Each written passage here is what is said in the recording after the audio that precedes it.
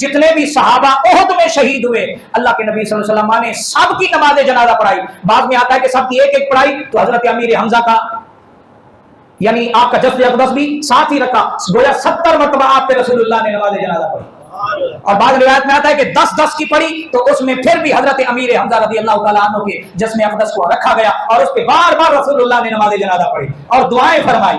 اللہ اکبر. یہ وہ لوگ ہیں کہ جنہوں نے اسلام کی سربلندی کے لیے اپنے کلیجے کٹوائے, اپنی جانوں کے نذرانے پیش کیے, اپنے اعضاء کٹوائے, اپنی خاندان, اپنا مال, اپنا وطن, اپنا علاقہ سب کچھ قربان کر کے اسلام کی سربلندی کے لیے اپنی خدمات پیش کی. میرے دوستو, یہ صرف رسمی طور پر تقریریں نہ لیں بلکہ اپنے اندر بھی اسلام کا جذبہ پیدا کریں, اپنے اندر بھی اسلام کی محبت پیدا کریں. آج میں تو کہتا ہوں اسلام کی سب سے بڑی خدمت یہ ہے کہ اگر مسلمان نماز پنجگانہ رمضان المبارک کی طرح پابندی سے ادا کر لیں تو خدا کی قسم ان نمازوں کی برکت سے ہمارے معاشروں میں انشاءاللہ سدھار آ جائے گا.